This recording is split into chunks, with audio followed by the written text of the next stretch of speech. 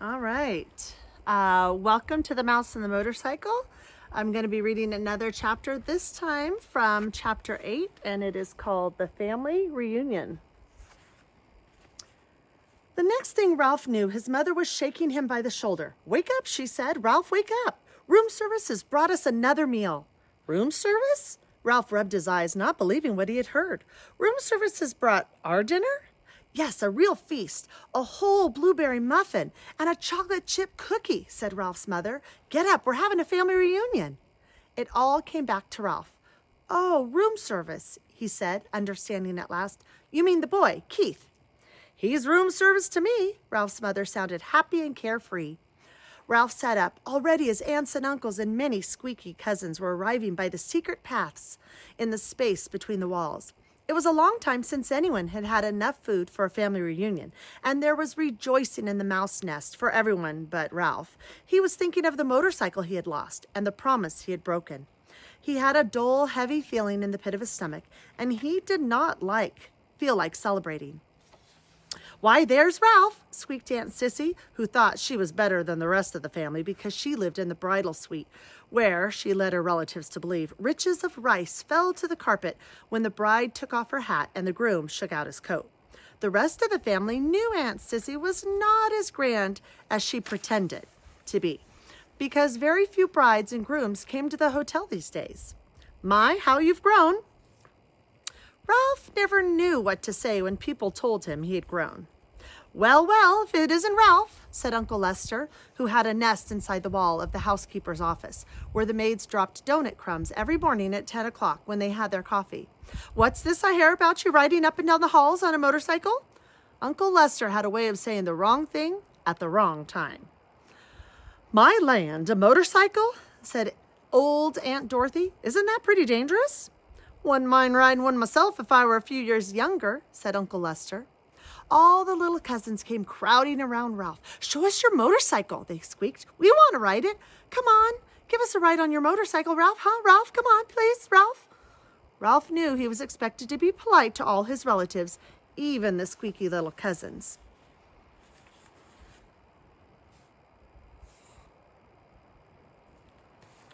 Well, embarrassed and ashamed, he looked down at the floor. "I sort of lost the motorcycle in a pile of sheets and pillowcases." "Lost the motorcycle? Oh, Ralph," cried his mother, genuinely alarmed. Ralph knew what she was thinking. Did this mean the end of room service? Did she have to go back to pilfering crumbs for his brothers and sisters? "That's a young mouse for you," said tactless Uncle Lester. "Can't take care of anything." "If anybody asks me, I think it's a good thing he lost it," said Aunt Dorothy. "Riding a motorcycle is just plain foolhardy." All the little cousins looked disappointed and sulky. "I don't think he ever had a motorcycle," said one. "I bet he just made it up," said another, and the rest agreed. Ralph felt terrible.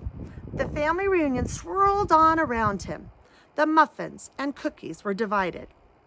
Cousins fought over the blueberries. Uncles, usually overweight uncles, asked for second helpings. Everyone talked at once, and the little cousins finished their dinner and went racing around the mouse nest.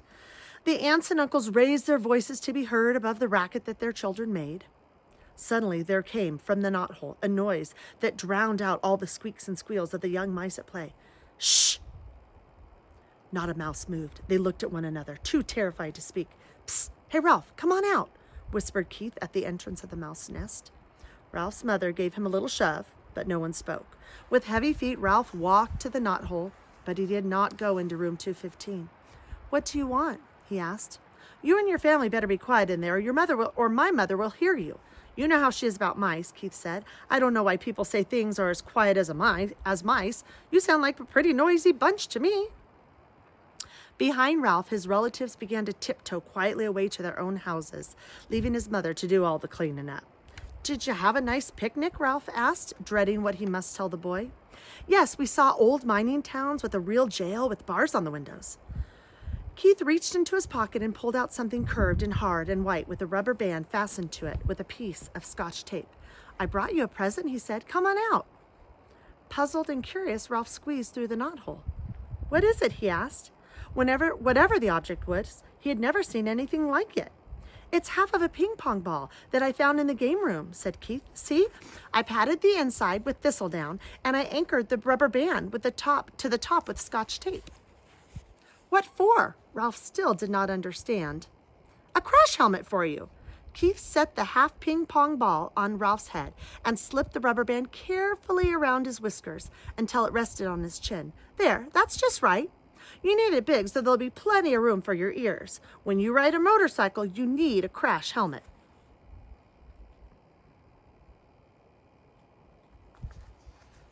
Ralph peered at Keith from under his new crash helmet, which rested lightly on his head. He knew he looked every inch a motorcycle racer, but never in his whole life had he felt so ashamed. He longed to crawl off into his hole and never face Keith again, but his conscience, which until now he did not know he had, would not let him. There was nothing to do but stand there in his fine new crash helmet and confess. You might as well know, he told Keith. I lost the motorcycle. Lost the motorcycle? Keith, who had been kneeling, sat back on his heels. But how? I rode it by mistake into a pillowcase in a heap of linen on the floor, and it got dumped into the laundry hamper, confessed Ralph. You rode it into a pillowcase? Repeated Keith. But you weren't supposed to ride it in the daytime. You promised. I know, agreed Ralph miserably. I didn't exactly mean to ride it. But you did. Keith's voice was accusing. Well, you see, the maid was vacuuming under the bed, and I... began Ralph and stopped. Oh, what's the use? I rode it, and I lost it, and it's probably gone to the laundry by now, and I'm sorry. The boy and the mouse were silent. Both were thinking about the little motorcycle with its clean lines and pair of shining chromium exhaust pipes. That motorcycle was my very most favorite of all my cars, said Keith. I saved my allowance and bought it myself. Ralph hung his head in his crash helmet. There was nothing more he could say. It was a terrible thing he had done. I guess I should have known you weren't old enough to be trusted with a motorcycle, said Keith.